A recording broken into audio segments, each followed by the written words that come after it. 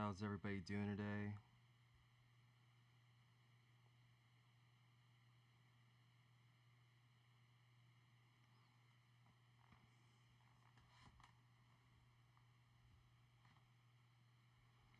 Hope everybody can hear me well, loud enough, not too loud. Get a sound check in the chat.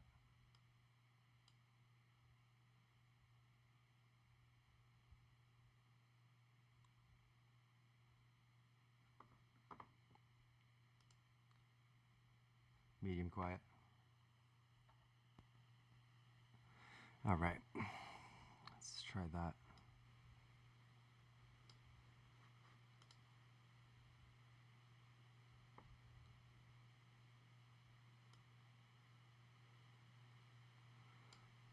No problem. Let's turn it up a little bit. I understand why it's not getting louder. All right, that should probably be good.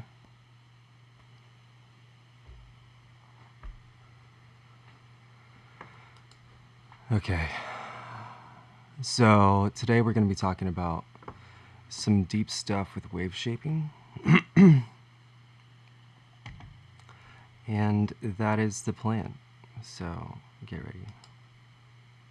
All right, so I have this outline here. It's about 50 pages as well. First section is the same as the last week with just the wave shaping stuff. We're going to talk a little bit about surge stuff today, but we're going to be really just focusing on wave folding. Surge is a little bit more advanced. I definitely want to talk about like Buchla style synthesis pretty much like all in 1 week at one point. So we're going to have like kind of like a separate modular kind of vibe going on at some point. Yeah, but we talked about kind of like what good wave shapers there are in Eurorack, kind of like the timber, things like that, things that can wave fold. We went pretty much through the entire UI of Trash 2, and that was the vibe with that. So today we're going to be kind of like talking specifically about how to fold back different parts of the waveform, how to kind of like use it a little bit more intentionally for different parts of the sound. Kind of like we already talked about some of this stuff with the 909 sound design, where we talked about how to wave fold pretty much and how to fold back certain harmonics.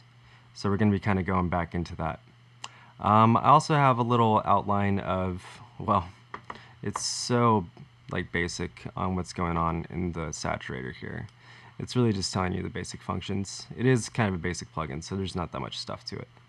But I also included Saturn 2, just because there's not really that good of info with Saturn 1. If you look up the manual, you'll find that it's mostly a brochure, you know, because Saturn 1 was really a kind of like all-in-one distortion effects device, really.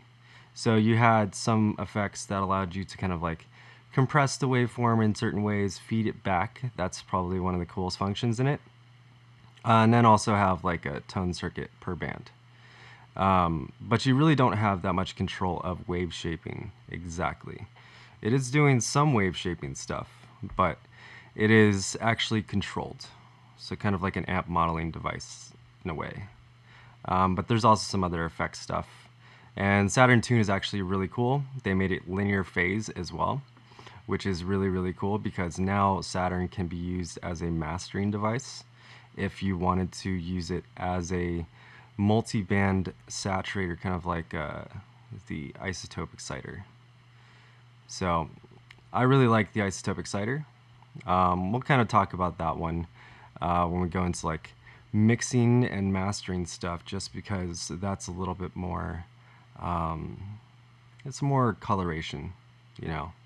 It's really about knowing what things to choose, you know, where you can go and be crazy with it, you know, because this is more the sound design device.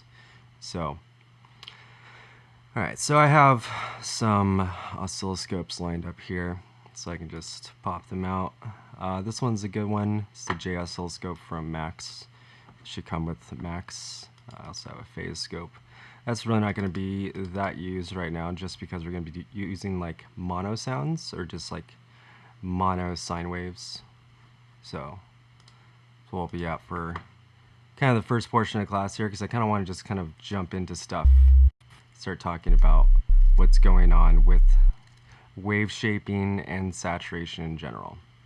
So we kind of know already what trash is all about, you know, and what this whole readout is telling us. So this straight line is pretty much telling us this is our input. It's linear, nothing is being affected to it. Think of this like a carrier waveform. So anytime I modulate this, it starts to modulate the shape of the incoming waveform. A sick joke. But yeah, so pretty much think of it like that, where if this is, you know, reshaping this sound, so this sound is a sine wave. If that's a circle, this is literally taking the shape of any incoming signal, becomes a circle. But then if I tell it to hard clip, then it's going to take that circle and make it a square. So it's not going to be a perfect square. You're going to see like a, you know, a peak, and that's really from the hard clipping at the phase cutoff. So it's going to be loud, but it's also going to be clipped.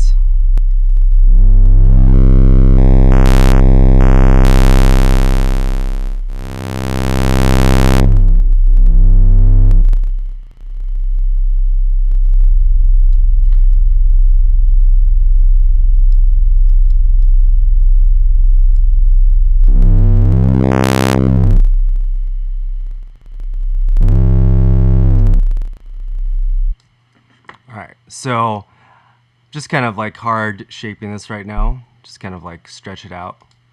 But really what's happening right now is I'm taking this perfect line, which equals perfect phase. I can reverse the phase by reversing a line.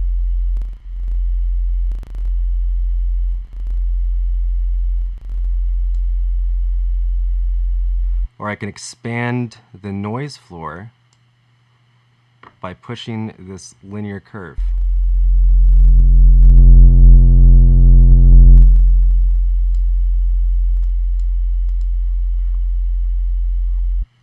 So when I start to modulate this line, not only will it reshape the incoming signal, but it's also going to affect amplitude. So reversing it, again, is reversing the phase. So this is positive phase or natural phase, whatever's running into it currently.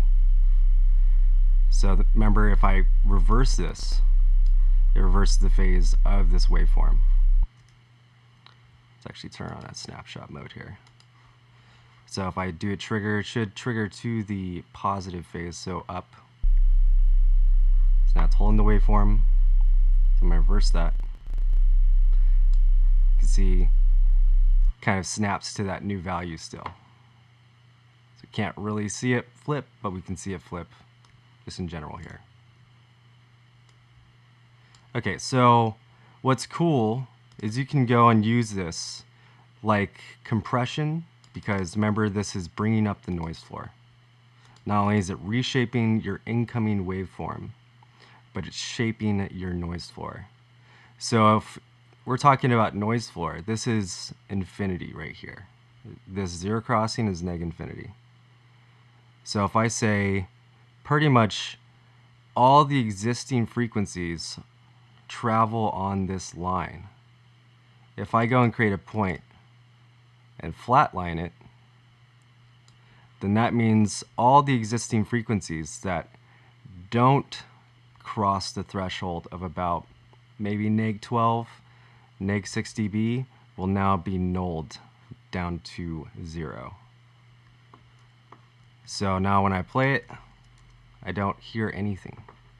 But because what I'm saying is the amplitude will literally allow you to hear it. If I go and push the input drive past a certain point, probably around -6, -10, -3, need a lot. Oof. All right, so -3 around there.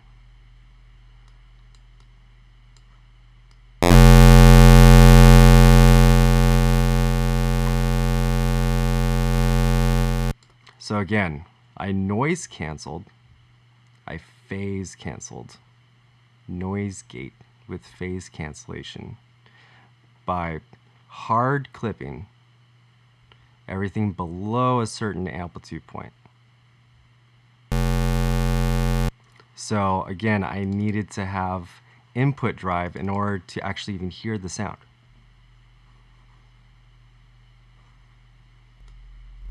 I bring back the noise floor like that. Phase it out. Bring it back. All right, so I can reverse that noise floor by giving this a negative value.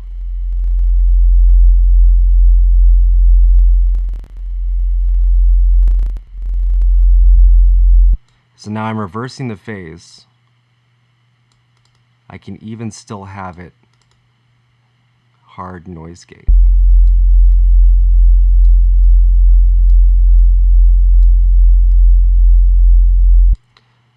Now once I get enough input drive to actually get this curve to give it new harmonics, it will be super sharp. So let's just go back here. But yeah, so noise gating is when you flatline this point at the zero crossing.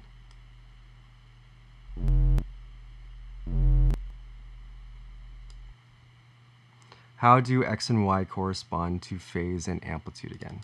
No problem. So this line right here, positive phase, meaning this is in the positive quadrant. This is going to equal this part of the waveform. Just this little part right here.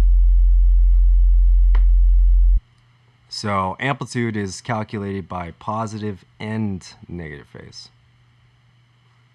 So anything running into this will have its full amplitude because I'm not affecting this linear curve. This linear curve really represents bit depth. So again, 0 to 100 equals your entire noise floor. 0 to 100. So when you're in bipolar mode, which is default, it will pretty much mirror any moves you make to the positive quadrant over here, and vice versa. You can't affect anything in the, I guess, rarefaction stage or negative phase. Because remember, we're talking about the life cycle of a waveform here. So we're literally telling both sides of this waveform what their shape should be. So remember, 0 to pretty much, well, I guess, plus amplitude over here. But this would be neg infinity, and this would be neg 0 right here. So that means that if I go and flatline it, meaning bring all the frequencies that are below a certain amplitude and flatline, bring them all down to neg infinity, then I will cut off any signal coming in that doesn't reach this amplitude point. Noise gating.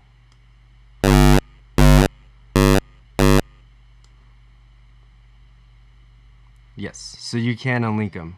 Once you go and turn it on for bipolar mode, then you can actually, affect both quadrants separately.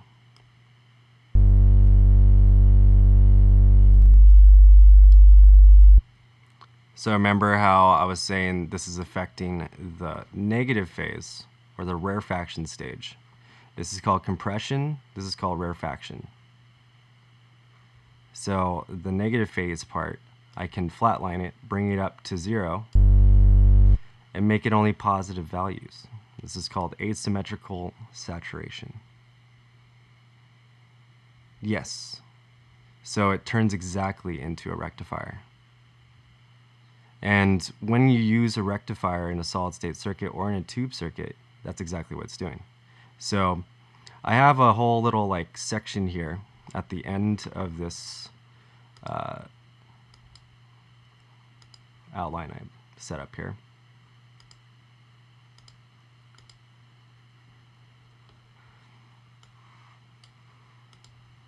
With some like key points that I wanted to make sure that you have a reference for. So we're going to talk about this in a second, wavefolding.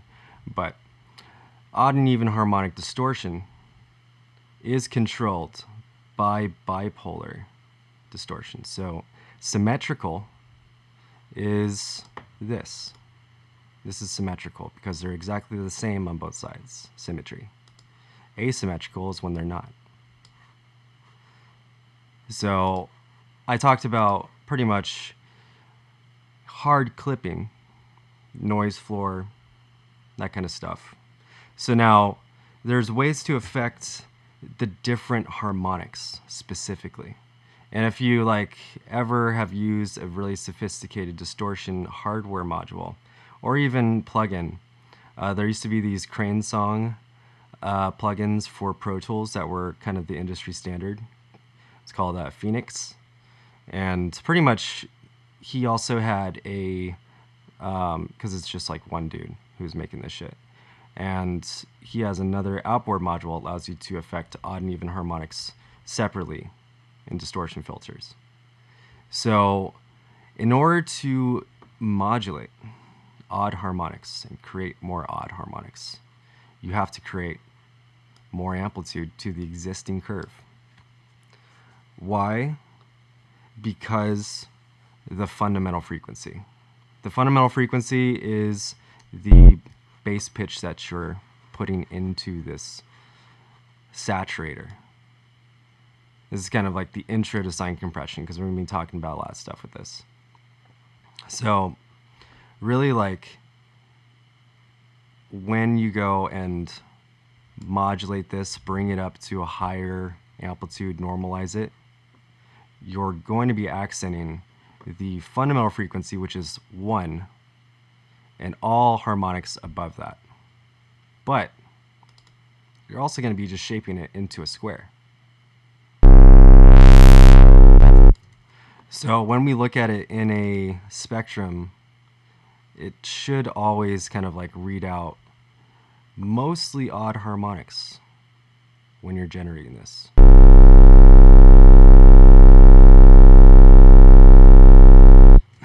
So G is a fifth above C, which I'm playing. And it's also a G1 because I'm playing a C0. So that means it's an octave and a fifth above my C1, meaning it's the third harmonic in the harmonic series. So I'm pretty much hard shaping this sine wave into a square, generating odd harmonics. So if hard clipping makes it a square, how is it taking away the even harmonics that may be existing in a waveform? So they don't necessarily take away the even harmonics.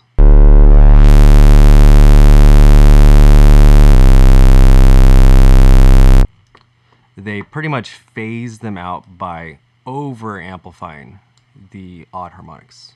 So they don't have any more room to exist, pretty much. That's pretty much what happens. So how do we create even harmonics? Because if we're creating even harmonics, that excludes our fundamental. Because our fundamental is 1. So that's an odd number.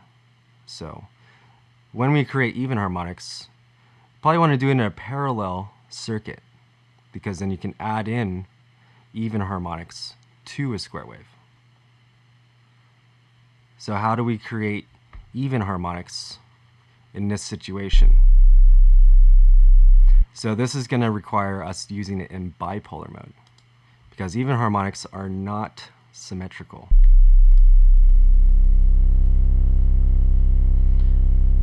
So I just brought up the amplitude curve right here of my rarefaction stage. So I'm flatlining it. So I only have positive values. I'm rectifying it. So I can bring back some of that square wave shape by over compressing the compression stage. All right, so we talked about how that should work, meaning it should phase out my fundamental, bring it down in amplitude. Not phase it out completely, but bring it down in amplitude. And then the new harmonic it generates should be an octave above C, because 2 is an even number. And 2 is the second space in the harmonic series.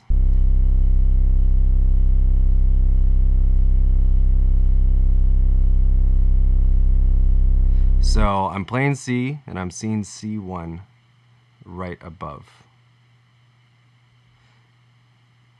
Yeah, essentially I'm noise gating the fundamental, but really I'm just phasing it out because I'm not allowing it to complete its cycle. I'm phasing out the actual rarefaction stage here.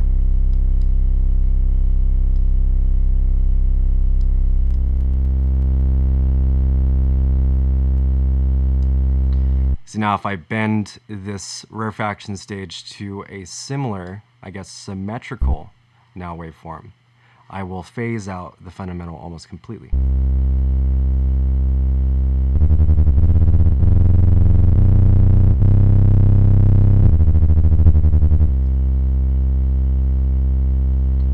That's the note I'm playing. This is the note I'm hearing.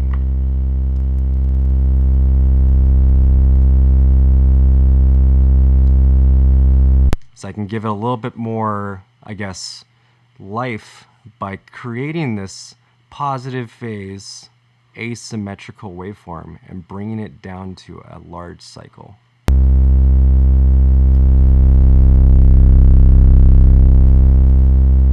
So notice whenever I modulate the curve of this line, it brings in the odd harmonics again. This is how to create formants. You can create formants this way.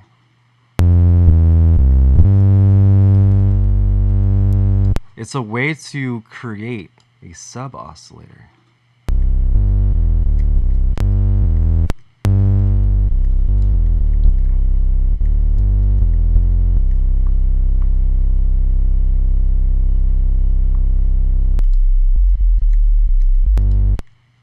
So this is a cheap, cost-effective way for a hardware company to go and create circuits like this, because now they can go and use stuff that, say, is a sine wave and turn it into a bunch of other stuff, or other way around, take a sawtooth wave and turn that into something else. So you can pretty much create new harmonics by controlling the actual shape of the compression and rarefaction stage.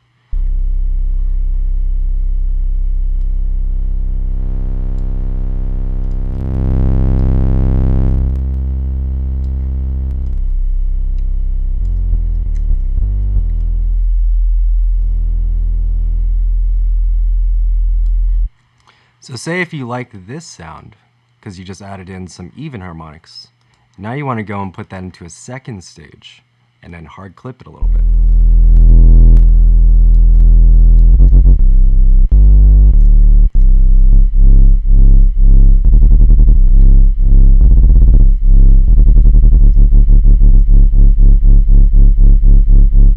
So now we're doing a little bit of sine compression, because I don't have this operator on mono, so I'm just adding in 2 dissonant notes in order to make it wobble.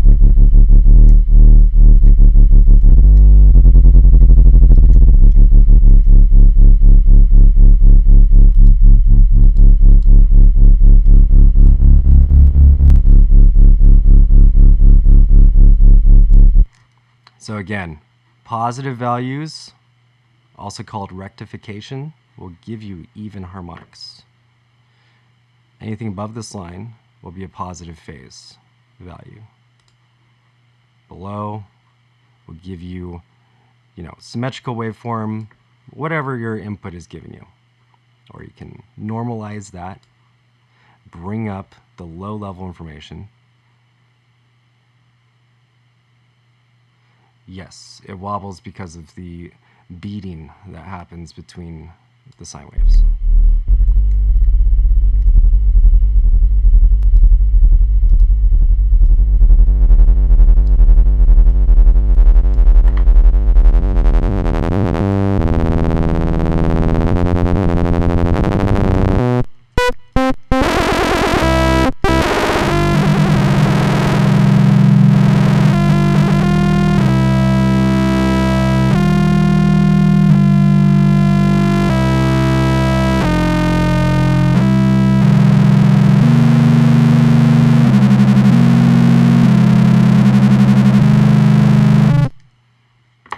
Really interesting effect. Again, this kind of works, in a lot of your rec stuff. They just have like auto functions for this. You can just flip the phase of the incoming signal whenever you want. The beating happens only in lower frequencies. No. So beating happens at any frequencies, but pretty much at different speeds because those harmonics are different speeds. So if I play it higher, then it'll be faster.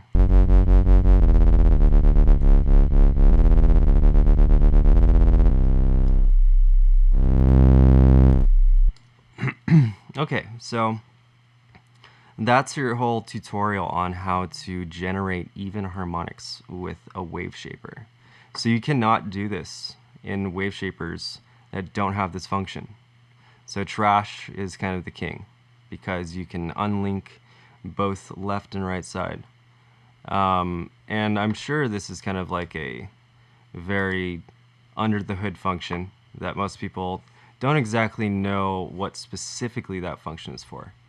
So if you understand just wave shaping in general, then you can understand that this is talking about the cycles of the waveform. Always. That's what it's talking about.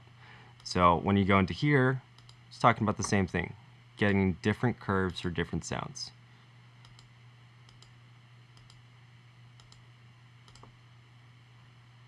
Hard digital clip with linear curves, wave shaper that allows us to inject a sine wave in 2 different spots. So this is actually a really cool one.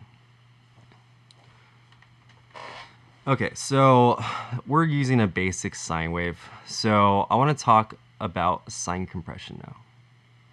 So this is the crazy fun part. All right, so we talked about pretty much all like the really hardcore versions here of, pretty much generating your own harmonics. So foldback is the next step. So wave folding or foldback distortion is also called sinoid fold, linear fold. For you wave shaper can do that too? That's sick. Yeah, that one's good. Also, the hard clipper and the fruity clipper is pretty good. Really hard to fuck up clipping.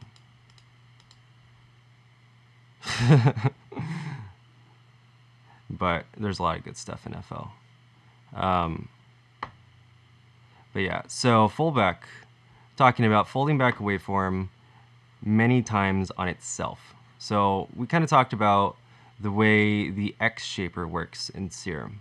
So if this is mapping the line or the incoming curve of the waveform, if I go and modulate this line with a waveform, meaning change this tension into a sine wave and then change that frequency with this little dial here, this will pretty much modulate a new waveform into the sound.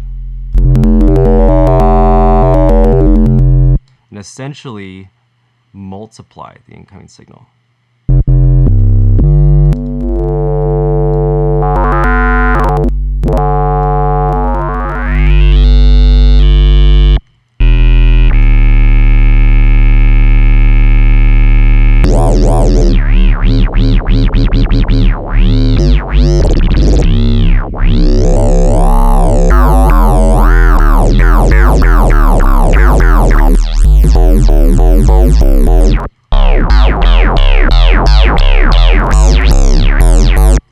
So you can get similar sounds to like FM with this, because now it's telling your waveform how to fold back on itself multiple times. within one cycle. So that's folding back on itself multiple times in one cycle. So multiplying the incoming sine wave.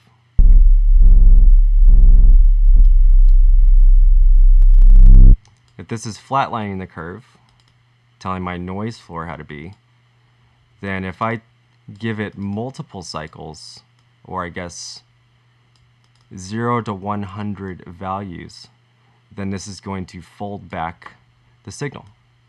Fold back distortions also look like this.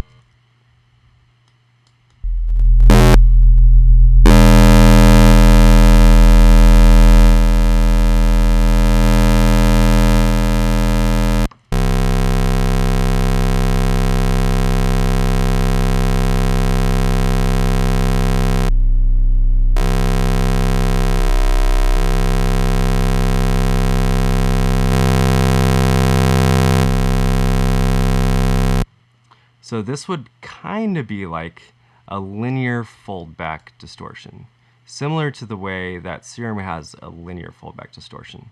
And you also have an X-shaper, so you can cross-modulate between two different versions of a foldback kind of linear curve. So that means that if you draw a line from 0 to 100, and then go 0 to 100 again, it's going to fold back or speed up, multiply this signal multiple times. Yeah, it's super loud. Let's turn that shit down. It's hard clipping right now. I'm actually bringing it up to 0.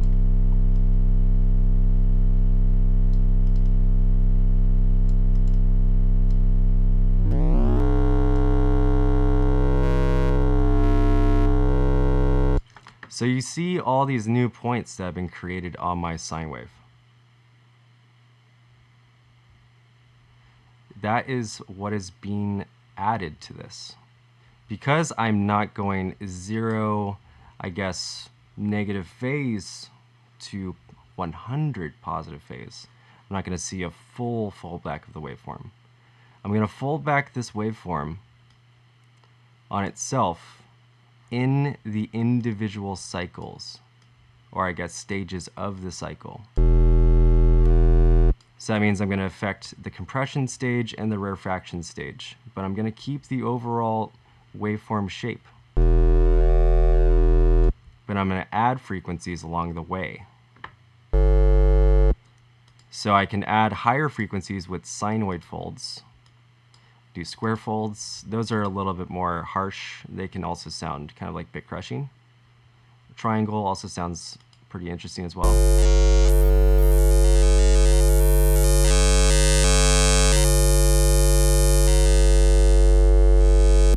All right, so I was saying it completes its whole cycle. So that means if I bring this all the way down to, 100% negative phase, then this new injected sine wave that's really, really fast is going to take up most of my fundamental now. If I keep my overall fundamental shape, which means do not cross 0 phase between my 0 crossing, then I will still have my fundamental.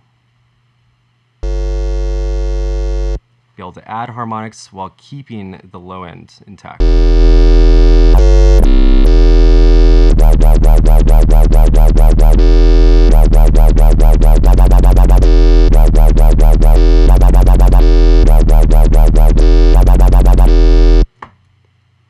Just playing two different notes at the same time.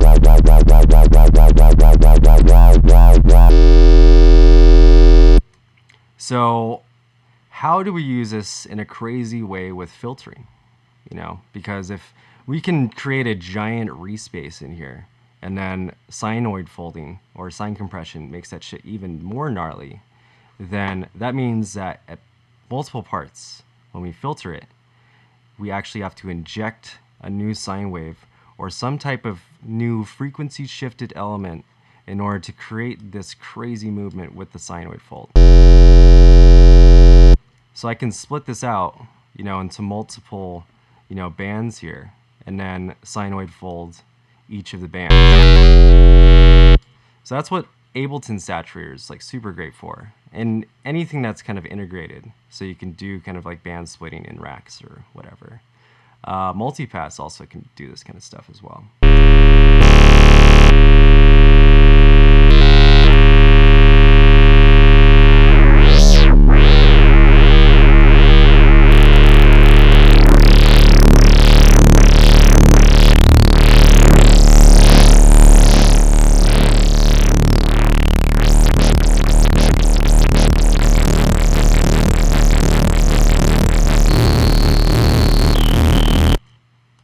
So notice how the movement when I make these all sawtooths kind of changes.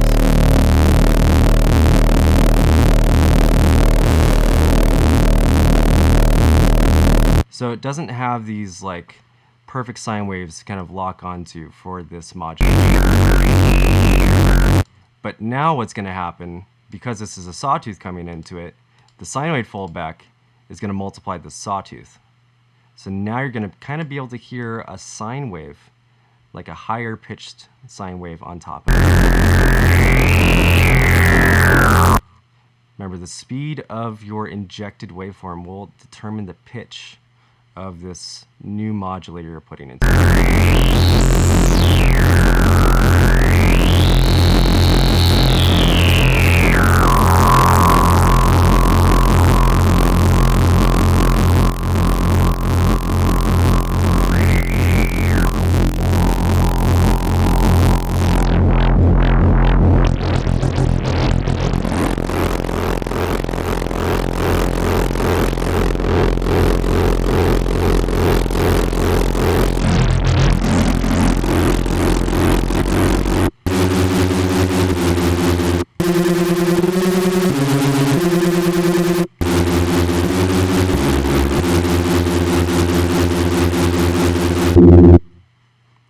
So I'm getting all that movement from my detuned sawtooth waves, and then I'm pretty much over resonating this spot here. I can try other over resonant curves as well.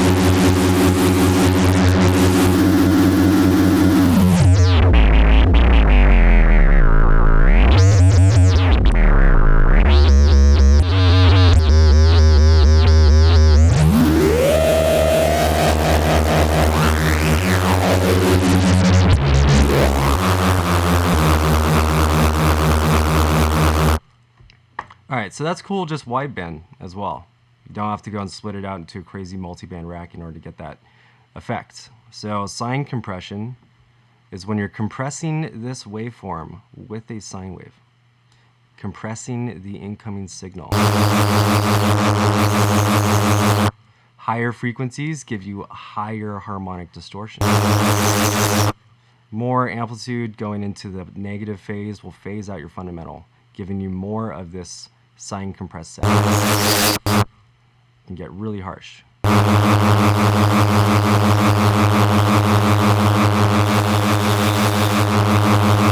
So remember, if you complete your full cycle, then you'll have your fundamental.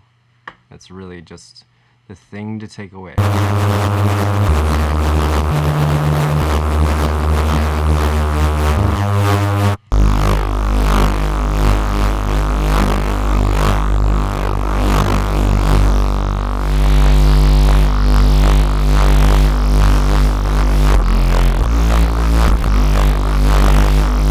So now I'm making a respace by pushing in a sub-oscillator, meaning only the sine wave loudest, and then mixing in these detuned sawtooth waves.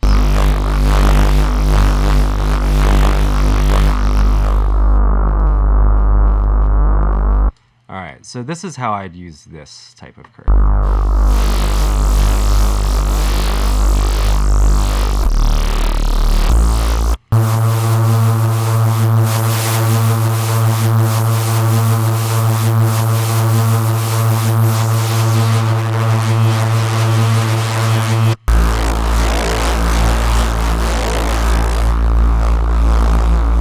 So if I'm going to go 100% wet on my sine saturation or sine compression, I'm going to try to keep my fundamental intact.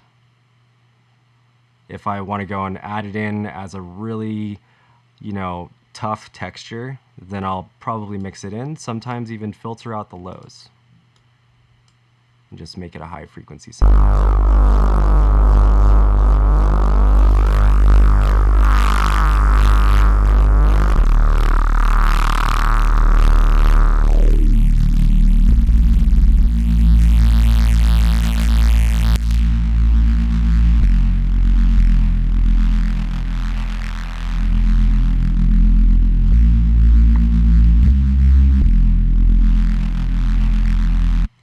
It sounds pretty good. So yeah, if you've checked out any of those neuro sound designers, kind of like doing some of this stuff, it's kind of the similar approach. It's really just about knowing how to control your phase. How to control the amplitude. Really, what does this do? That really will make this a lot easier for you to do.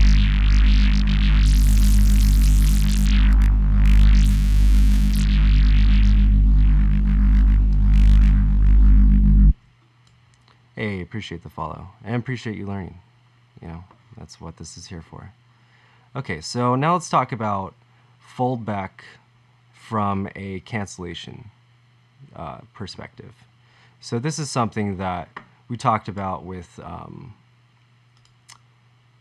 the 909 sound design, because 909s were pretty much designed with only sawtooth waves, and so they were using different kind of like wave shaping techniques in order to make this happen. So wave shapers don't always have to look like this. I mean, they can still work the same in this scenario, but there's a physical way to create a route for a phase foldback, and that's right here. So pretty much you have one signal that's mono or stereo. It needs to be exactly the same regardless. But yeah, so you have two channels, so parallel. The parallel channel has a flipped phase. So mono again, both phases are flipped for left and right channel. I'm going to turn off trash for the moment. All right, so this is what the sound sounds like before I set up this phase foldback.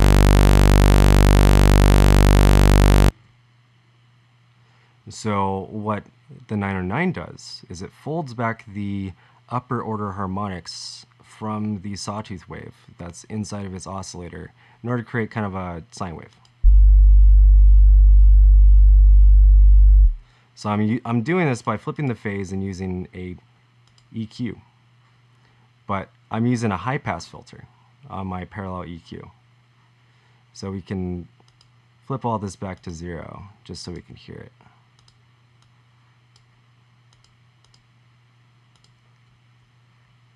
So now I'm playing it, no EQ. And let's actually go to default. You're not going to be able to hear anything. You shouldn't. It should look like this, because it's completely phase canceling a perfect sine wave, or sawtooth wave. So what's going to happen is any frequency that you let through on this high-pass filter that you set is going to become the new fundamental.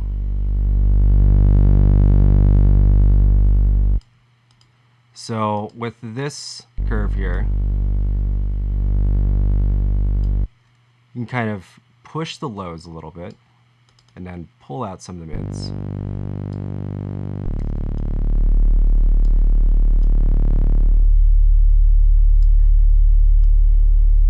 So now I'm wave shaping with phase. So what's happening is I'm phasing out all the other frequencies except the lows that I'm now summing, making louder.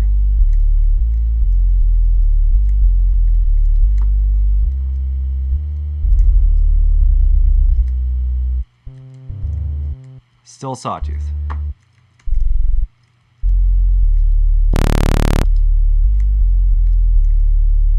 So that is how phase foldback works, just in general. So in every other scenario that's hardware, using wave shaping to subtract frequencies. How much did I offset the phase by? Nothing. Zero offset should be between left and right channel.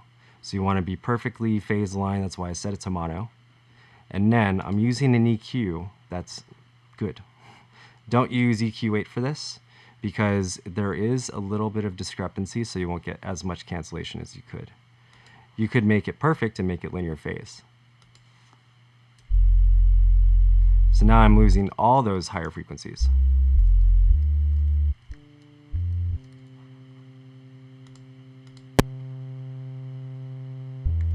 So see, that literally changes the quality of the sound because of the phase that I set on this EQ.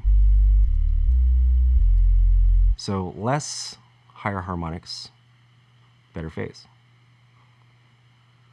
So that's how a 909 circuit works. And all 909s just for this kicks and snares and stuff. Okay, so how do we set that up in here? In trash, because we have all this other stuff to work with. So we already talked about very specific stuff about phase cancellation. So now we can get into the multiband. Let's turn this guy on. All right, so I'm going to open up the multiband here.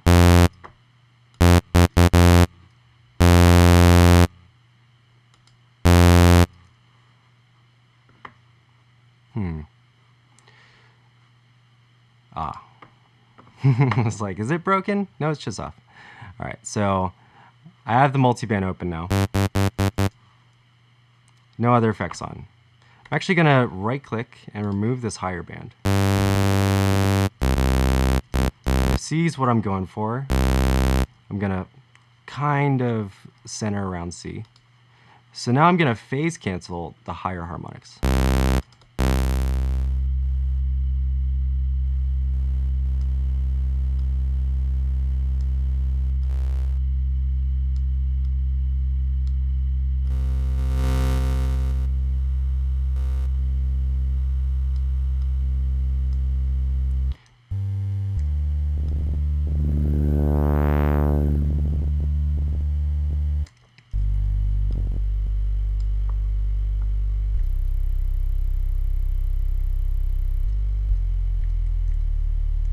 All right, so not exactly the same thing, but in the 909 circuit, this is actually what they're doing. Like, this is, you know, a hard, crude version of that phase relationship, but in the wave shaper that they're using to actually modulate that sawtooth into the sine wave. Similar to the way that Moog kind of does their stuff as well.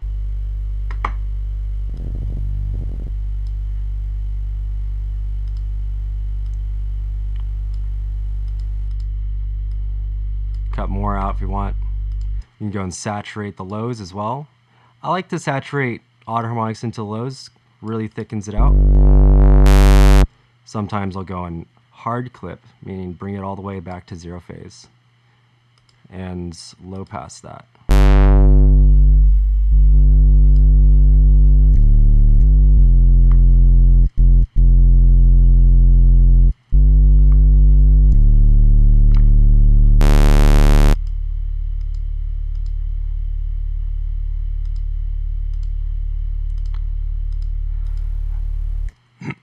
Okay, so I used a dual band multiband here to cancel out the highs with wave shaping.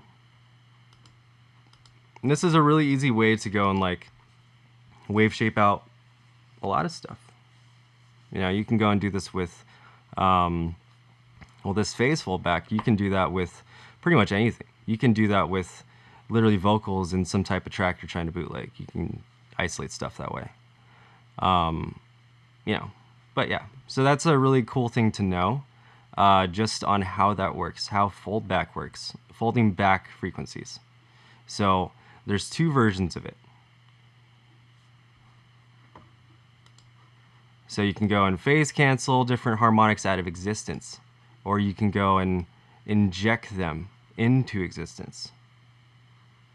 You can go and multiply the signal Because we talked about the way wave shaping works, and if you were going to go and code a DSP engine for wave shaping, it requires polynomials and a ton of calculus. So, you know, this is recalculating the incoming waveform data, not just the actual audio itself. When you're in a digital environment, you have to kind of like do that kind of stuff. All right, so ton of shit to be applied there. So now let's talk about the Ableton saturator, because we talked about really, really complex stuff. There's a lot of stuff to try out.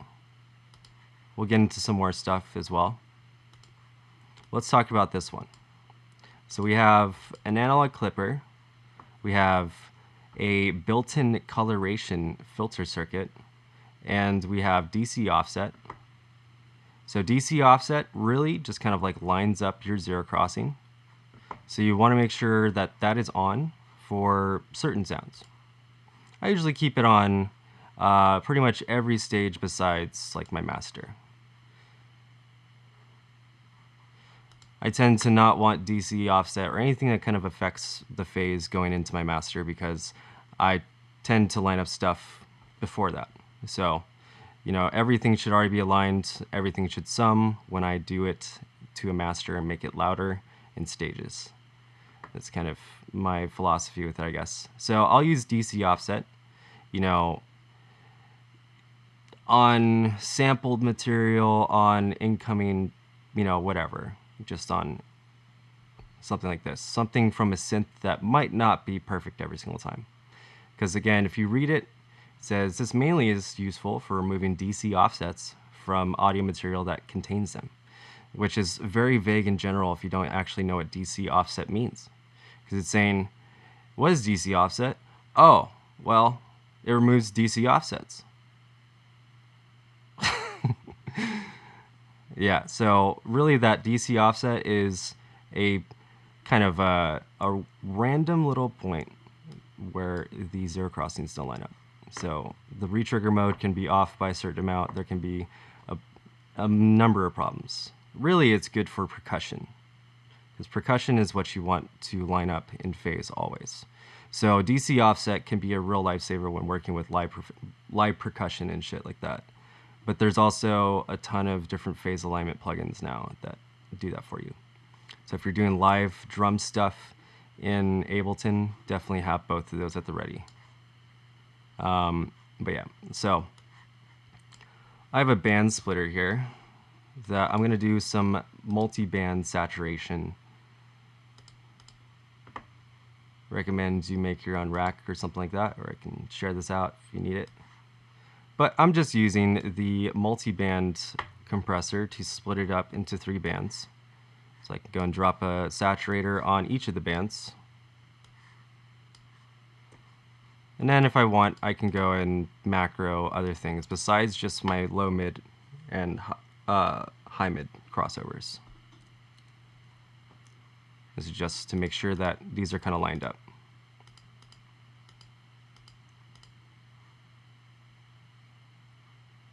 All right, so soft clipper at the end here pretty much exists on all the Ableton plugins, and that is a soft clip 0 ceiling pretty much. So once it hits 0, it starts to saturate.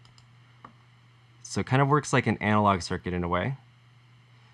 So kind of looks like the analog clip pretty much. So it's driving into that and will create more odd harmonics the more you push into a soft clipper of any type. Yeah, definitely. I can definitely show you guys a mastering session of mine. I do a couple different stages when I'm really kind of like sitting down for it. Yeah, there's going to be a whole class, but I can sit down and literally show you guys how I master one track. Because, you know, both are useful.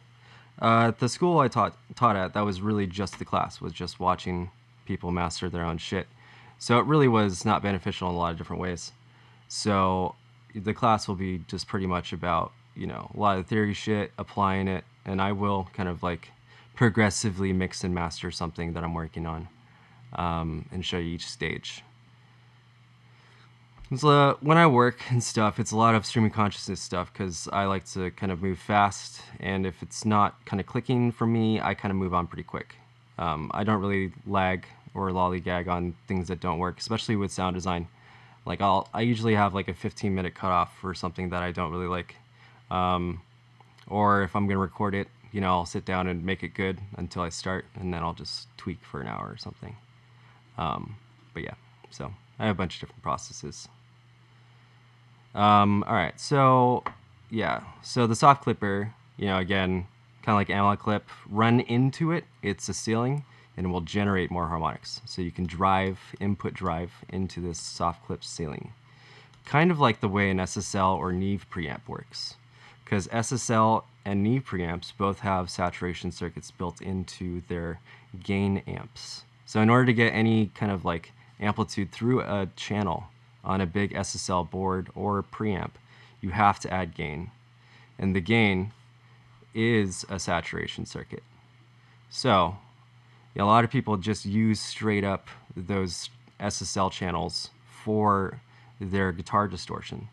Definitely a lot of like Eric Clapton and early Beatles stuff. In order for them to get a really, really high, frequency recording, they had to go and overload the SSL channel inputs in order to get like a lot of distortion. Because back in the day, they didn't have that much distortion on amps. Fender, specifically, this is just me being a musician, I guess, being obsessed with this shit. Also used to be a guitar tech, so that's one of the reasons why I know all this shit. But yeah, so like, yeah, Fender really hated distortion and hated the fact that people were overdriving his twin reverb. And so he made the twin reverb get so loud that they couldn't possibly distort it. And that was their mindset with it. So twin reverbs are still super good for that reason today. Like if you're looking for a guitar amp, twin reverb is the one. But yeah, so like a lot of that stuff was made around that, just saturating inputs.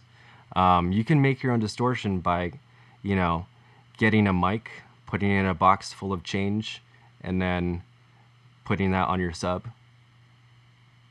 Instant distortion. Putting a broken piece of aluminum foil over your tweeter, recording that, instant distortion. Anytime you break up a signal in any way, you're creating distortion. These are digital ways to do things that solid state circuits are doing in the real world. Tube saturation also does the same thing. In order to create audio, amplify the signal, it has to distort it. Has to bring up the entire noise floor. So it starts to hard clip. So each of them kind of like have their own kind of like balance for that. And that's kind of a good segue into Saturn, like right after this, because really Saturn is made for that specifically. And Saturn really excels in that specific thing. But yeah, so it can hard clip one section of the frequency. It can also, what I was saying, kind of make a respace out of this. So let's kind of start there as well.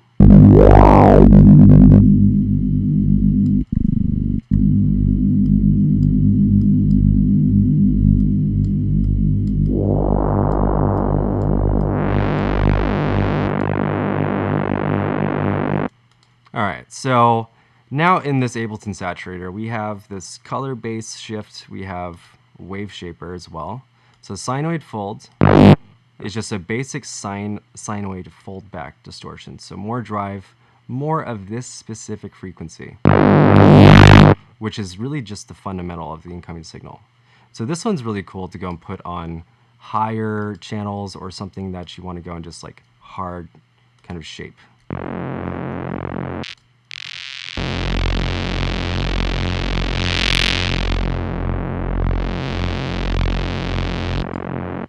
Because again, the more higher frequency, the more signal coming through the circuit, the more breakup you're going to have. So a higher wave shape frequency will actually sound really, really just unusable up in the higher register. Kazrog's True Iron is a really dope transformer emulation. That sounds really good. I'm going to check that out. Is it like a tube distortion? Always down. Okay, so the way I think about multi-band distortion is sidebands again. So sidebands kind of like the way FM is. So when you're working in a multi-band distortion, you're going to create harmonics that exist now above the upper and lower cutoffs, if that makes sense. So now you're creating second order harmonics, things that come from the original set of harmonics, new harmonics.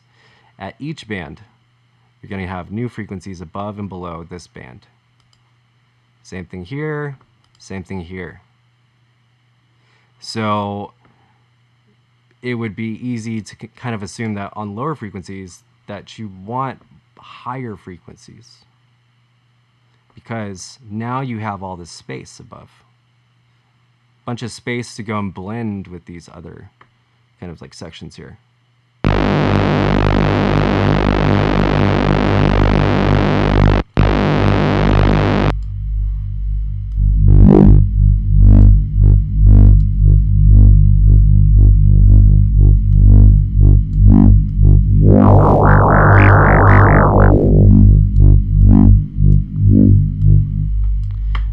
Let's go back to the beginning on this wave shaper specifically. So now I'm just showcasing the lows. So I'm just pretty much low passing. Okay, before we get into the color section here, drive 100%. This means that the wave shaper is active. So I can shift where this line is going. Will it complete a full cycle or will it just flatline? So notice when I flatline, I hear nothing because now it is phase canceling.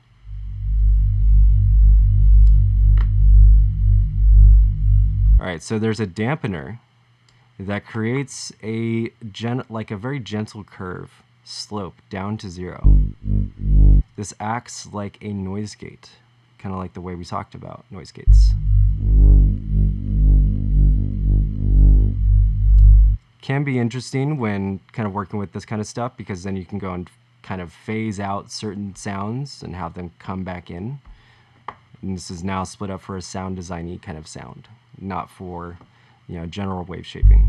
So that can definitely be cool. Curve now is going to be your first modulator on your wave shaper.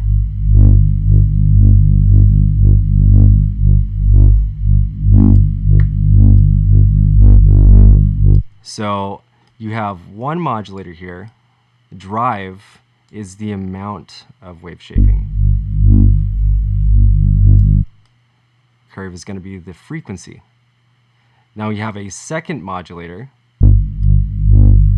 called depth, and a period is going to change that frequency. Oof, my bad, sorry. So that one's going to be really, really high frequency, as you can hear. So I kind of mixed that one in.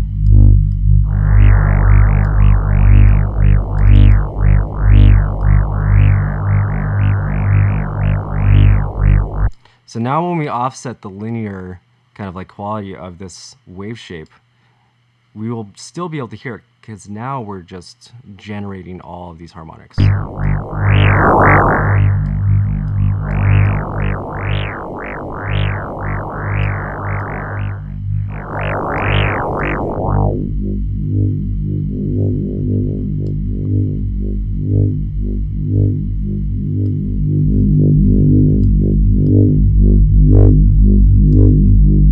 So it's definitely a fine-tune to taste thing.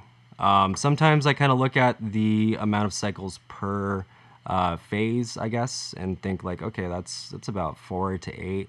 That should be around the right harmonic range for this wave shape to not sound too crazy. I want it to sound a little bit kind of wonky.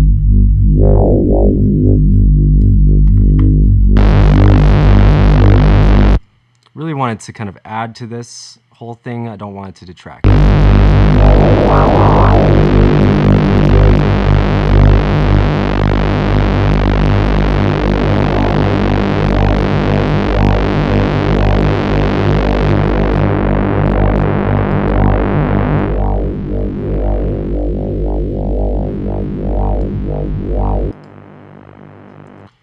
So you can also just use these as straight up gain knobs, kind of mix them in with different sounds.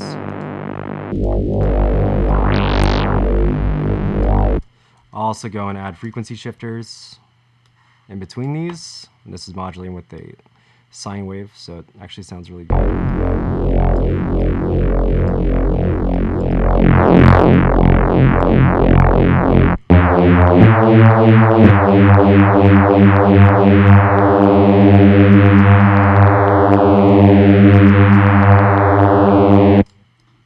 Alright, so what's cool about this is you can dual stage as many times as you want. You can even split this into multiple bands. So I like to kind of like run this in multiple stages.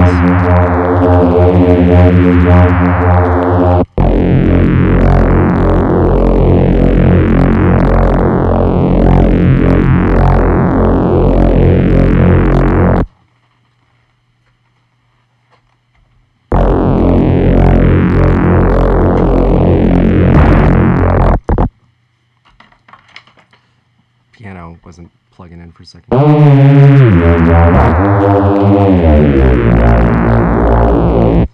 So what's really cool is if you go and add more higher frequencies to it, say like saturate some highs that you kind of generate into it, is it'll kind of like not only add to its own spectrum here, but it'll also allow you to kind of like shift around new stuff. So I like to chorus out, widen the highs, shift around the mids, and then thicken out the lows.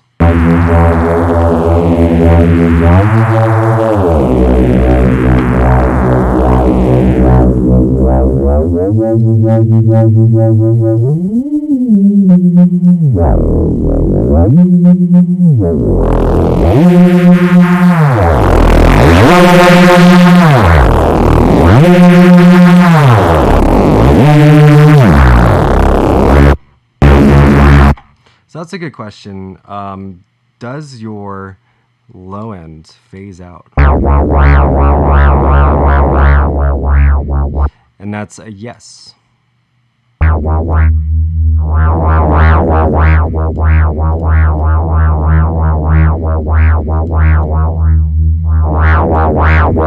So this is something that you want to go and add to it again, you know, where you're not actually phasing out your lows too much, hence why I'm adding another level of saturation post this.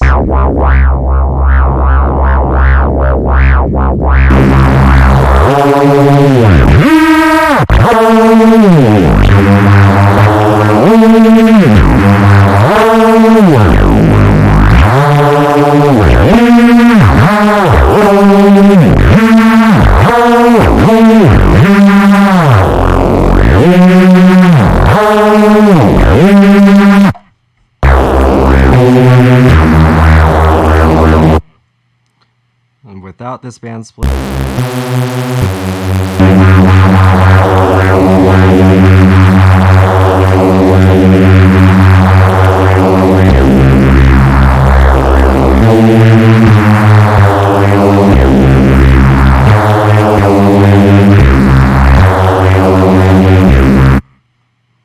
so you can add some crazy sine stuff, wave folding, and then hard clip the noise floor where the fundamental is and bring it back in. Yes.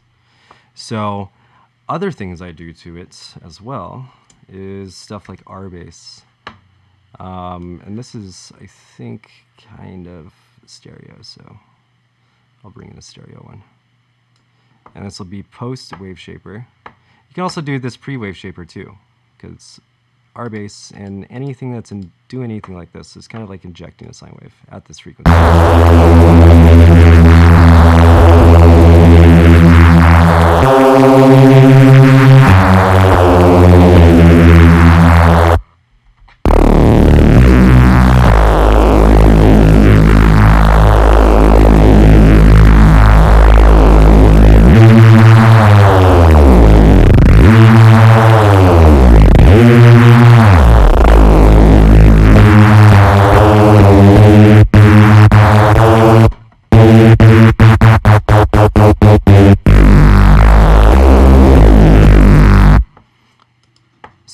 I mean, when I'm working on a respace kind of like this, like I'm not super worried about the lows. What I want is I want a nice, clean, and thick mid-range. So I'm probably going to go and put in a perfect sine wave below that in order to make it sound ultra thick. And then also add some more harmonics into that sine wave in order to get those two sections to blend. So really that's what I'm trying to kind of get here, is I'm trying to get a thickened out low mid-range that still kind of maintains some of the sub. If there's too much sub that's phasing out with my actual sub, I can high pass a little of that out and then go and blend it. So you want some type of crossover between your sub and your main respace in order to make them blend and feel like one big piece.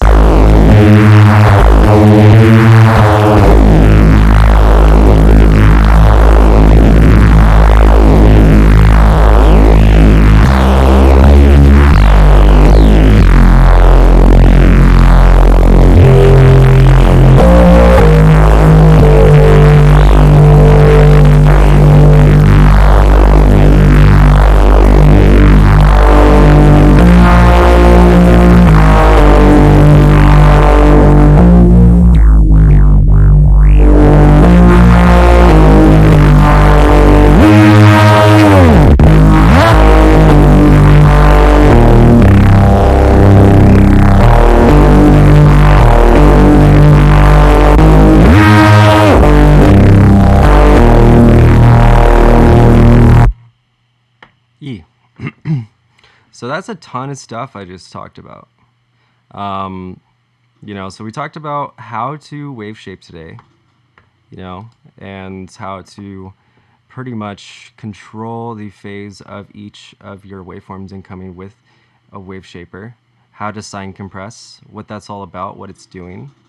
So remember, higher frequencies will give you higher frequencies. So whenever you think about a wave shaper, think about it as actually shaping your incoming wave. Most descriptions on the internet, if you're looking for other ones, will give you that exact example. So, think of it like a circle shape going through a square hole, and then what other shapes can you shape that square hole into? So the square hole is the perfect example because pretty much all the analog curves are making it into a square. So that's really kind of like the big idea with all this.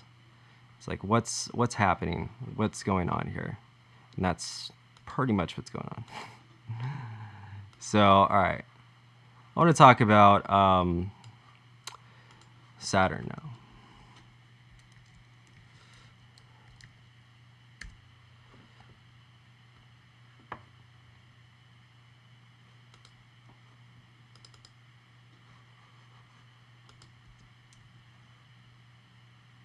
Just installed Saturn 2. I don't know where it is.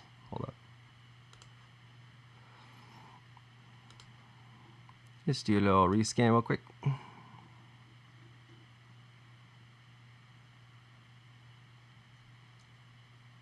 There it is.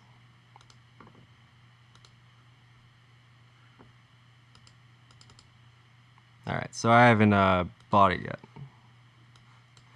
but I'm evaluating it for 30 days. Looks really nice. Alright, so Saturn. Multi-band wave shaper. Highlight in any of these points here, create multiple bands. Works exactly like that. Bunch of presets right here. MIDI triggered stuff as well. So that's cool. We kind of talked about Volcano already, so kind of know how that works basically. But yeah, so pretty much each of these bands has its own drive circuit. Let's actually hear it without any of this.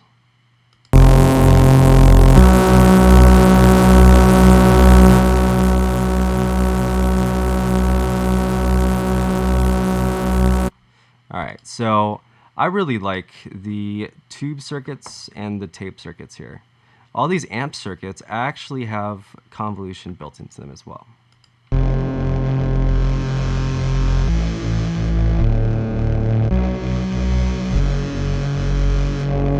So there's a ton of new things in Saturn II. So we're gonna kind of go through a bunch of them in a second here. I'm just gonna kind of talk about what Saturn II already did, or Saturn I already did, pretty much. So all of these guys, again, have some type of convolution built into it. These are going to be a little bit more distorted with the broken versions. Warm is going to be a little bit more round, kind of like the analog clip. And clean tape, you really have to overdrive in order to hear more harmonics. It's more like a gain stage. Yeah. Power amp is also going to sound pretty interesting. Again, a different convolution. And then screaming amp is going to feed back a lot, so careful with that one. One big consistent thing is that the auto mute actually doesn't work in Saturn I, and pretty much will spit out a little bit of noise. So sometimes I'll just drop a gate right after it if I'm compressing it a lot. Alright, so saturation actually sounds pretty decent. This is more like a hard, kind of like solid state, kind of like saturation circuit. So not only does this add saturation, it adds compression too. So now we have two other experimental ones. We have rectify. So remember, even values pretty much phase out a lot of frequencies.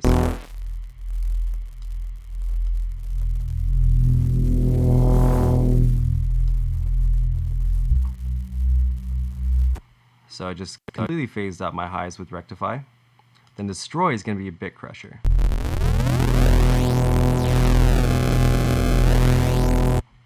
And then finally smudge is a smudger, granular.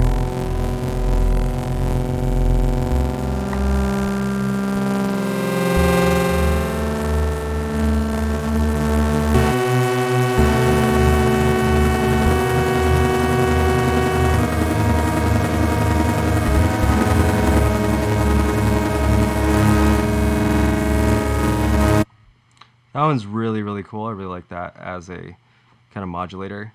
Yeah, so another really cool thing, say let's just get a drum loop here.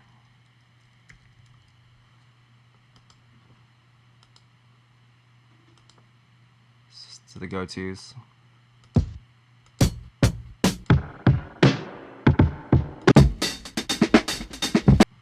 Ooh, love those feels.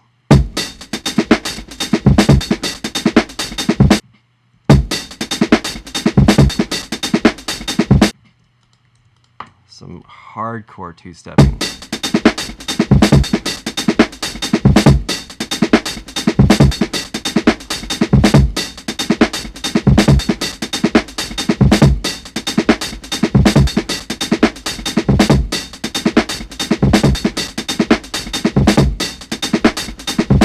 Alright, so you can actually kind of assign two here, I think by holding option.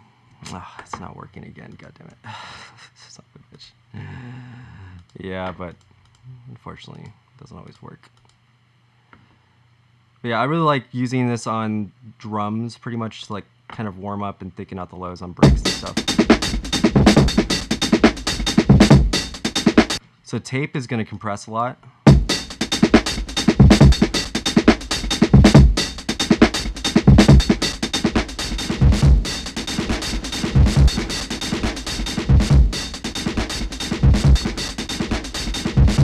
So I can maintain my lows, kind of saturate that, and then hard saturate my highs.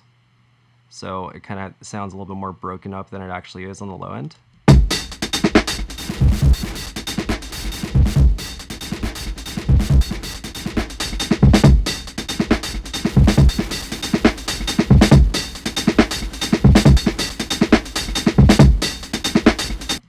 can also mix in with these really, really compressed sounds, and that's kind of cool. Especially on drums again. But yeah, so that's a really cool effect here. So here's another effect that I do a lot. So I'm just gonna slow this down. So we're gonna use the feedback here pretty much to create like huge impact sounds. So feedback frequency is where it's going to be injected back into. So before you go and set up a feedback loop here, make sure this frequency is low.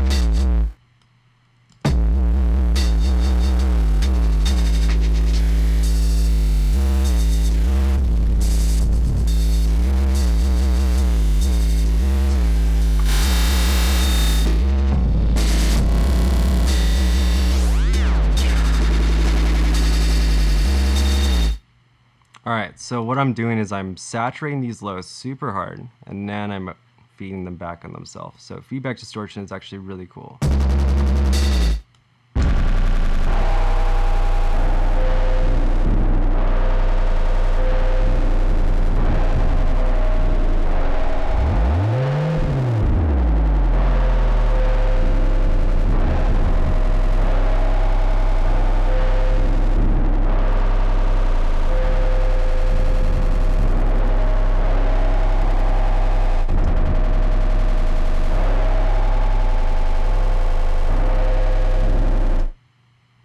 Alright, so the auto mute really is going to come in handy there.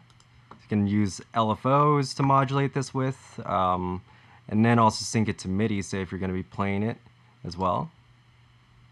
So I can send MIDI from, you know, like a track that I'm going to be like triggering or something like that.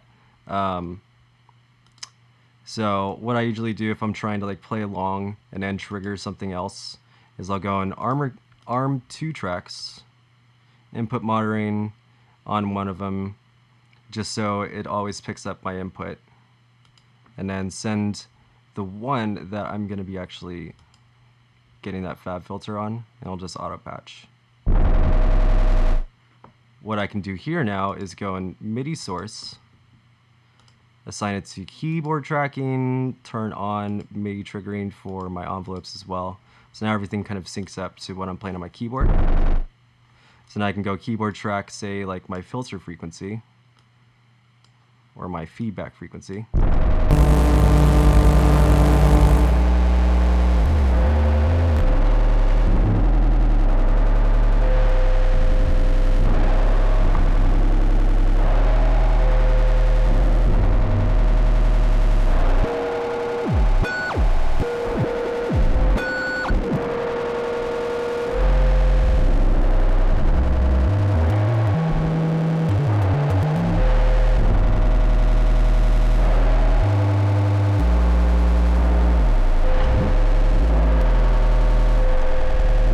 So really crazy shit, you know. If you're just trying to do some like really experimental sound design, you can throw anything into this, you know, just kind of go at the wall. More complex stuff obviously will get you more interesting sounds.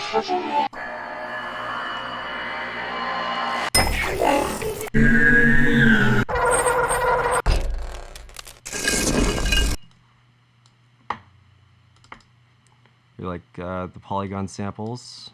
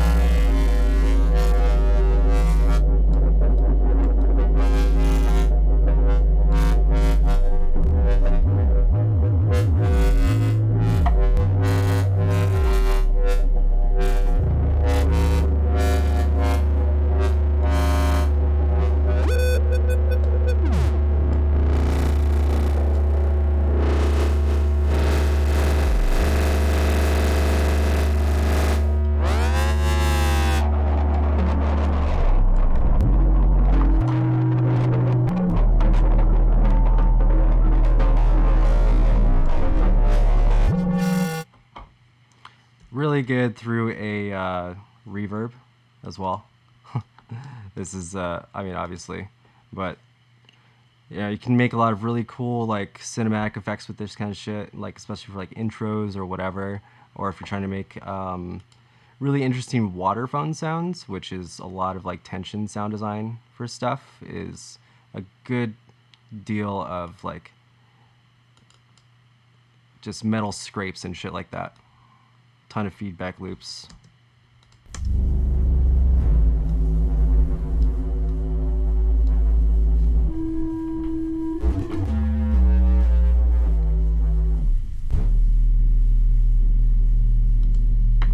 Sounds really interesting with smudge.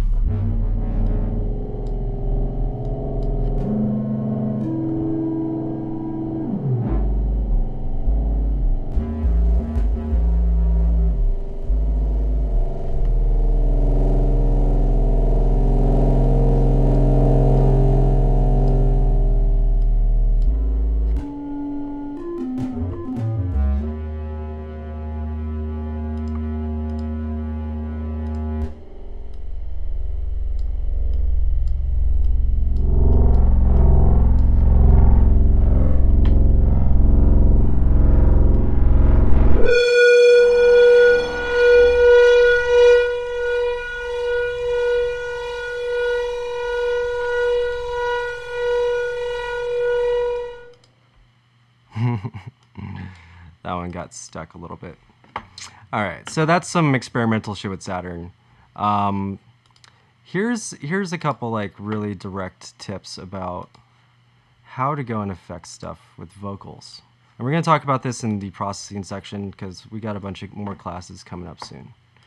But yeah, it's definitely very, very crucial that that be part of like your workflow with designing vocals, or I guess processing vocals.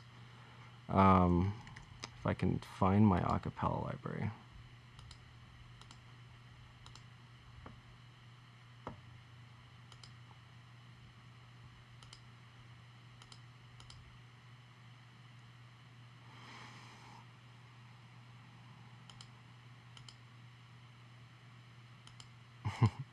Alright, well I got a bunch of random vocals in here that are a little cringe, but...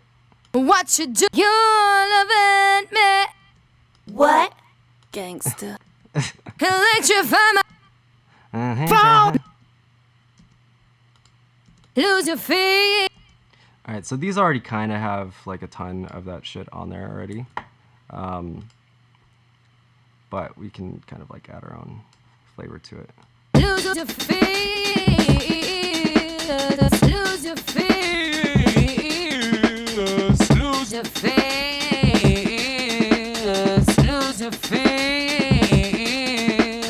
Lose your feet.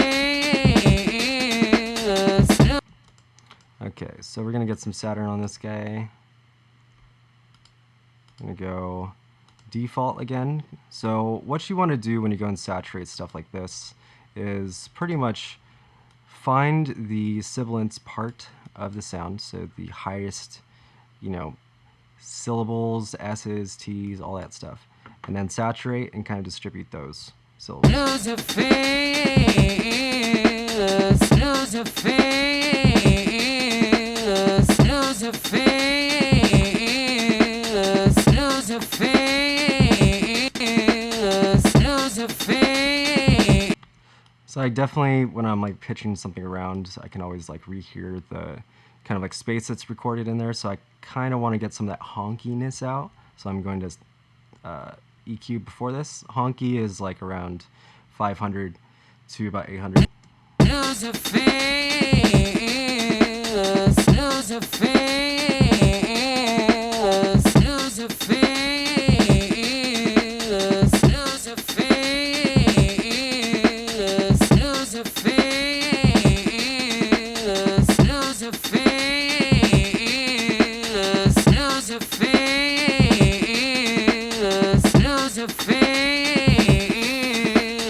lose your face, lose your face, lose your face, lose your face.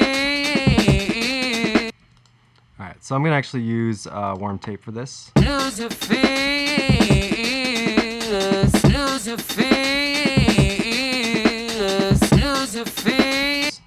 I'm going to catch these frequencies right around here, around 3K. I'm also going to subtract a little bit around there too. That's where the most ringing, harsh frequencies are.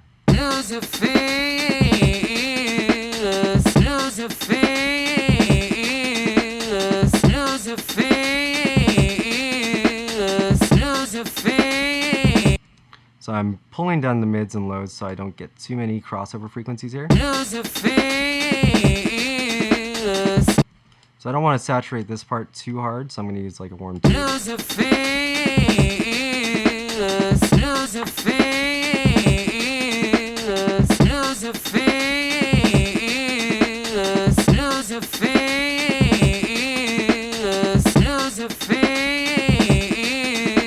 So what this does is it gives it presence. So it makes it feel like it's more there.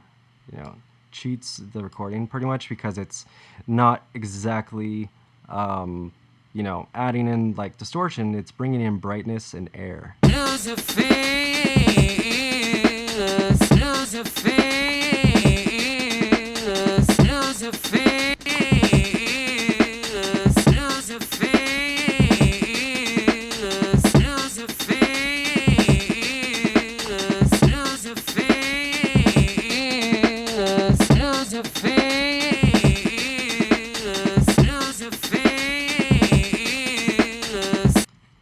So I'm subtracting some of the same stuff again over here, so I don't want to do exactly that. But I do want to subtract the lows that are now being injected because of this tape saturation, and then I also want to soften the highs just a little bit around 4 or 5K. This break is a break from this Beat Bucha sample pack. It's really good. Homie Zach gave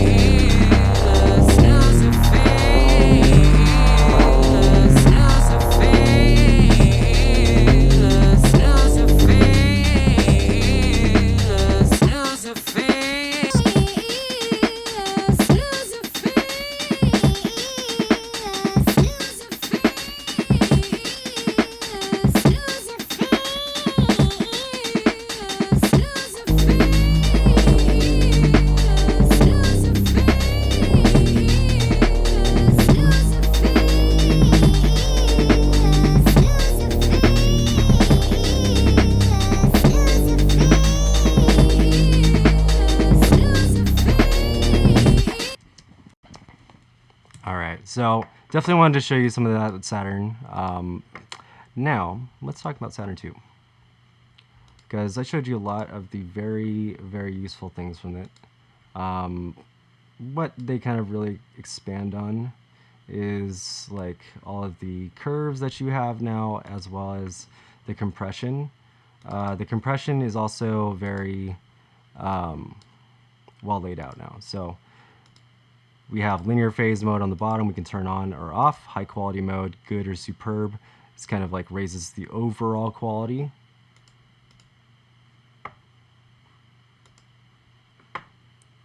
I was outlining this whole thing this morning. But now we got all of these different circuits, and that's super cool. And there's a couple more effects versions too, like breakdown, foldback, rectify, and destroy. So now we do have a somewhat foldback kind of like curve to mess with.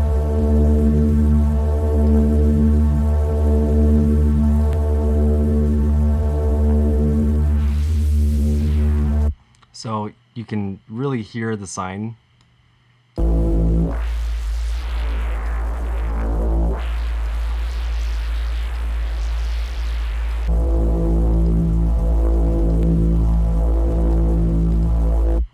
also just really like the way the UI looks now.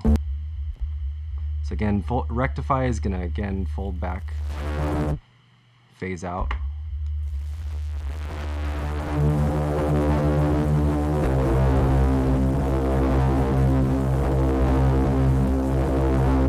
So now we have these sliders. I can go and put them on a bunch of different parameters.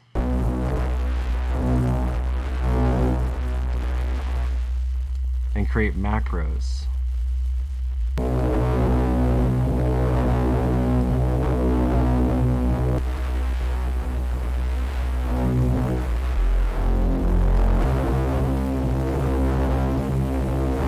So we already had these XY controllers. So I can do the same exact thing now, but now I can patch two different things to it.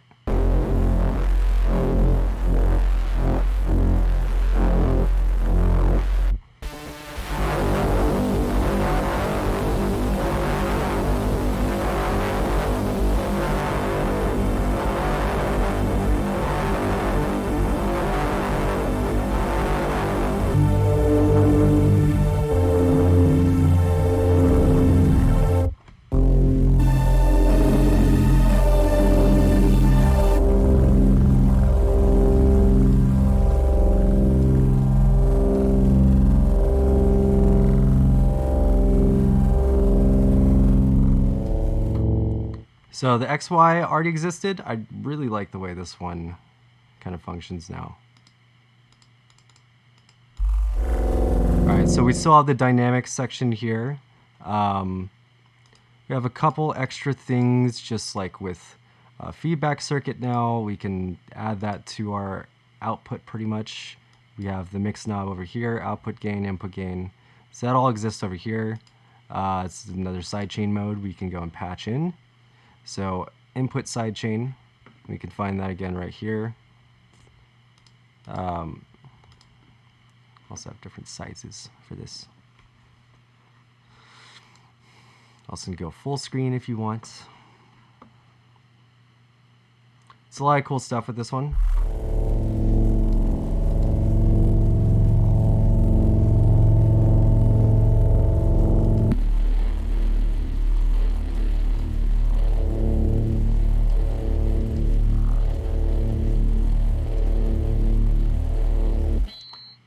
Oof, feedback a little hard on that.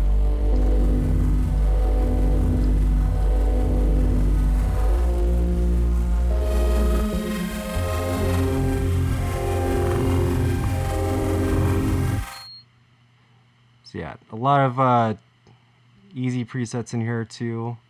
Some of these sound actually pretty good.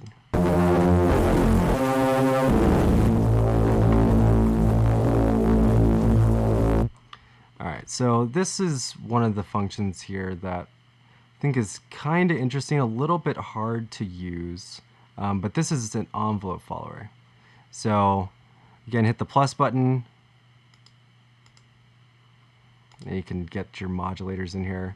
So we have the envelope generator now, and this has multiple breakpoints with curves, again.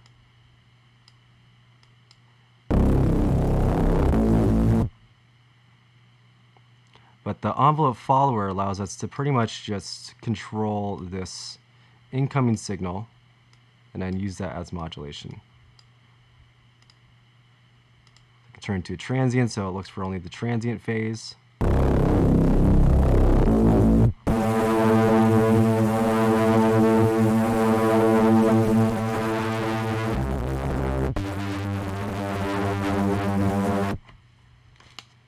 But yeah, that's really the big new stuff with Saturn here. We have a couple new tone circuits. We have a couple new followers. I really like the whole new look. Really the biggest thing is linear phase. That's a huge upgrade. That puts this saturator in a totally different bracket now, just like a fidelity. But yeah, so that's kind of like everything you need to know about that, really. Really what's gonna like hold you back, I guess, if you're getting confused by Saturn at all, is just how to set up the signal flow, I guess. You know, so again, it's a multi-band saturator, so you can change your cutoffs here, you can modulate new harmonics in, you know, the band itself, above and below. So you got to remember that whole process is that when you're going and saturating stuff, sometimes in here it will compress. So if you're compressing while getting saturation that you want, you can add makeup gain. So now use it kind of like an EQ. Looks nice, so kind of will have a pretty decent workflow to it. Also like the cherry red, like the dark cherry. Looks nice. But yeah, really simple stuff. Definitely want to enable MIDI. It's always on usually. But yeah, you'll be able to trigger envelopes, whatever you want, straight from here as well. Again, if you're going to use it on your master, you got to have linear phase on. And so, you know, if you have used this plugin on your master, it's a good chance you added some phase.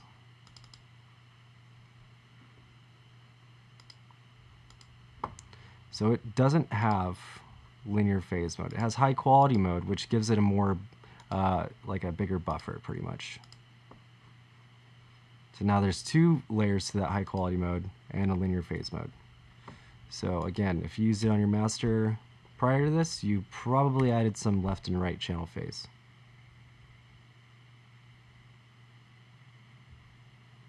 Yeah, unfortunately that's what happens. Also, I wouldn't use Saturn really for a master just because it compresses a little bit more than I want it to, you know. I would like to have a wave shaping section built in. I think I haven't got it yet, but output thermal is definitely on the list of saturators to get. Brand new plugin, output thermal. Definitely cop the demo or whatever. I think it's really cool looking.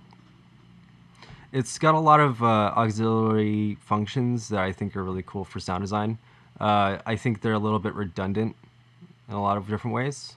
I really like the XY, you know, kind of like being able to modulate between different types of curves that you can set, like I think like 19 or some shit like that, a lot. Yeah, I think it's a little bit more heavy-handed than what you need. But yeah, output thermal, definitely worth the cop. But yeah, so like we will talk about more shit. This is kind of like the second class on wave shaping. This is not going to be the last one because I use saturation in so many different stages of my process, just as like a designer or mastering engineer or engineer, whatever the fuck. There's all these different kind of mentalities when using saturation. Saturation should be used as a coloration tool. It should be used as a gain staging tool. It should be used as a, you know, a way to compress things. There's multiple like avenues that you can use saturation for. Like sausage fattener is a mixture of a hard clipper and a limiter. So it's two different versions of compression and really just all distortion. So just gonna make your shit loud. So like how to get your stuff super loud and sound dynamic though. A lot of that does come from natural saturation, compressing your peaks, compressing your like your main sustain, all that, giving you some upper order harmonics, say like a sub oscillator, in order to hear that sub on a different system. And when you hear it on the system where the low end is there, it sounds super big and doesn't sound overblown, you know.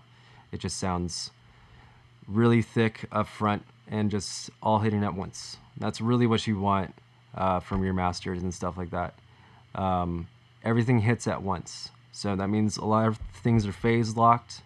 When your kicks and snares line up, they actually line up, you know, say with like your sub or with anything else. Or you're hard cutting around them in order to get the clarity from them. So I use a lot of saturation on my kicks and snares in order to get like more clarity and stuff like that. I'll use digital clipping sometimes and overdrive OTTs in order to get that snare to really pop. You know, it's all about how you go and just do it.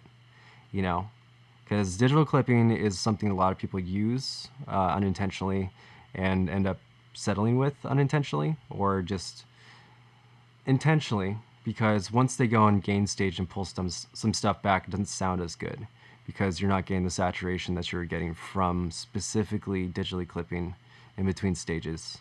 Hence why people will stack OTTs until they can't fit anymore. It's kind of the mentality with it. But yeah, so definitely spend some time on Trash 2. Before you get into all these other crazy wave shapers, sit down and learn this shit. Because if you don't, then, you know, it'll still be confusing in a lot of different ways. Trash is probably one of the best versions still. Again, Thermal's pretty close, but it's not, I don't think it's as user-friendly yet. I think it's really heavy-handed. I think there's a lot of different like shit you have to do. So what I think people are going to end up doing with that plugin specifically is making it a preset engine for the most part, and having that really cool XY to kind of modulate between those presets, which I feel like is Output's kind of mentality in general, with their, you know, libraries and all that other stuff and their other plugins. But they're a good company. I think they got some good shit. But yeah, Trash definitely is the go-to. I don't think I know one producer who's at like the top level of like sound design production in like this specific genre, I guess, halftime, drum and bass, lo-fi, left field, whatever, bass music, whatever you call EPROM. Like all that stuff kind of fits under this umbrella. I don't think one of those producers would say this is not part of their process. So 1000% get your shit together on this one. Before going and jumping like into something like Thermal. Because Thermal is really cool. Again, if you're not like super well versed in how to do wave shaping, it's going to be a little bit more preset heavy-handed. So yeah, sit down, try to compress different things with it, and we'll kind of like talk more about that stuff in the coming weeks. I saw a bunch of people prepping for finals next week, for sampling and synthesis class. So we're not going to be like having our final directly. I'm going to schedule a kind of like talk. We're going to kind of review a bunch of shit, and then I'm going to kind of like issue it and give you guys kind of a date for stuff. Yeah. So then after that, we're going to talk about grades and getting all that shit out. And then 110 starts up in either a week or a week and a half because of just different things going on right now. So I want to make sure everybody gets a chance to kind of catch up and kind of start at 110, kind of like in line. So anybody watching this and still trying to catch up, you know, definitely hit me up. I'm very approachable. I will add you as a friend on Discord if you hit me up with a friend request. So just hit me with one, and I'll be willing to talk about any of this shit and kind of discuss things that you're confused about.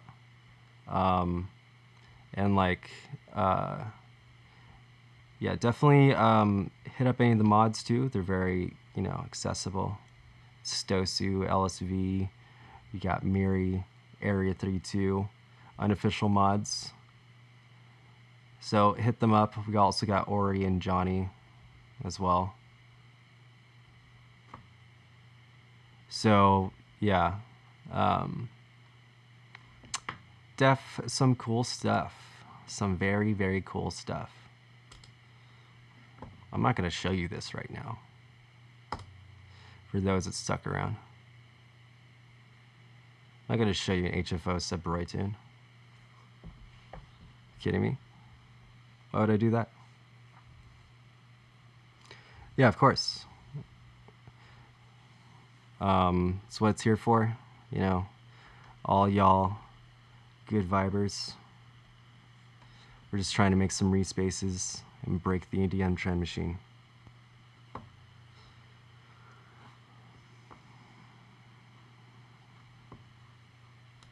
This is a good example of some gnarly saturation. So I saturated this sound like 4 or 5 times. I also sat down and had a live VCV rack snare session that I turned into a bunch of bass sounds as well. But yeah, we all sat down, made a bunch of shit. Sebroy got a lot of really good sounds in here.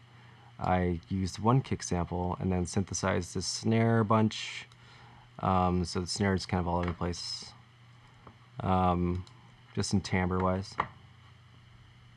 But yeah, we'll hear it. This is V1.